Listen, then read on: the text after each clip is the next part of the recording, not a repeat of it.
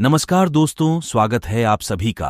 आज मैं आपको एक नई कहानी सुनाने वाला हूं और ये कहानी है एक भिखारी की है।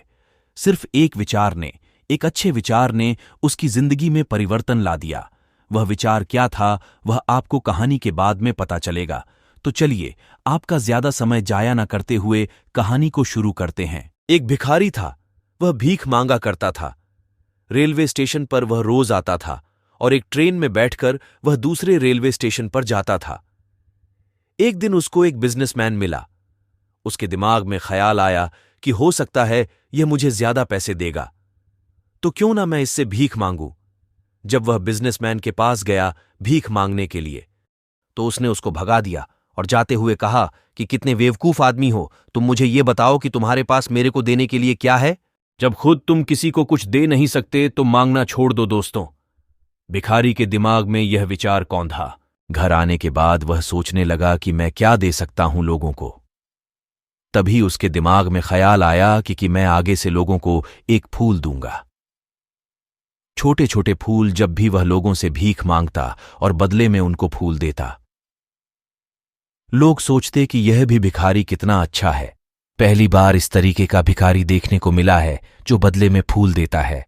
अब दूसरी बार वही बिजनेसमैन उसको मिला, उसने उसको भीख मांगी उससे, तो इस बार उस बिजनेसमैन ने उसको पैसे दिए और बदले में वह फूल ग्रहण किया। और बिजनेसमैन ने यह कहा कि हां, अब मैं तुमसे यह कह सकता हूं कि तुम एक सच्चे बिजनेसमैन हो, क्योंकि जब तक तुम दूसरे को दे नहीं सकते तब तक दूसरों से मांगना छोड़ दो दोस्तों। वह भिखारी रेलवे स्टेशन पर बाहर आया और वह जोर से चिल्लाया हो कि मैं भी बिजनेसमैन बन के दिखाऊंगा, और सभी लोग उस पर हंसने लगे। 6 महीने तक भिखारी वहां पर नहीं दिखा, और अगली बार जब वह वापस ट्रेन में आया तो उस व्यक्ति से उसकी वापस मुलाकात हुई, और इस बार वह दोनों व्यक्ति सूट बूट में थे। और तीसरी बार जब वह भिखारी उससे मिला तो उसने बिजनेसमैन को कहा कि हम तीसरी बार मिल रहे हैं। बिजनेसमैन ने कहा कि नहीं, पहली बार जब मैं भीख मांगता था, दूसरी बार जब मैं आपसे मिला तो मैंने आपको फूल दिया था, बदले में आपसे पैसे लिए थे, और आज मैं आपके बराबर बात कर रहा हूं और मेरा फूलों का बहुत बड़ा बिजनेस है। दोस्तों, वह बिजनेसमैन शुभकामनाएं देता है। तो इस कहानी का मूल संदेश यही है कि एक विचार, अगर आप खुद को बदलना चाहते हो तो खुद को किसी से मांगने की उम्मीद मत रखो दोस्तों। आप अगर बदलने के लिए सिर्फ एक विचार पर्याप्त है। एक विचार आपकी जिंदगी में रौनक ला सकता है। और सबसे महत्वपूर्ण बात यह है कि जब तक जिंदगी में दूसरों को दे नहीं सकते तो किसी से मांगने की उम्मीद मत रखो दोस्तों। आप अगर बदलने के लिए सिर्फ एक विचार पर्याप्त है। एक विचार आपकी जिंदगी में रौनक ला सकता है।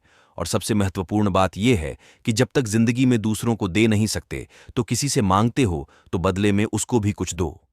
यह जिंदगी का उसूल है। मुझे उम्मीद है कि यह कहानी दोस्तों आप सभी को अच्छी लगी होगी।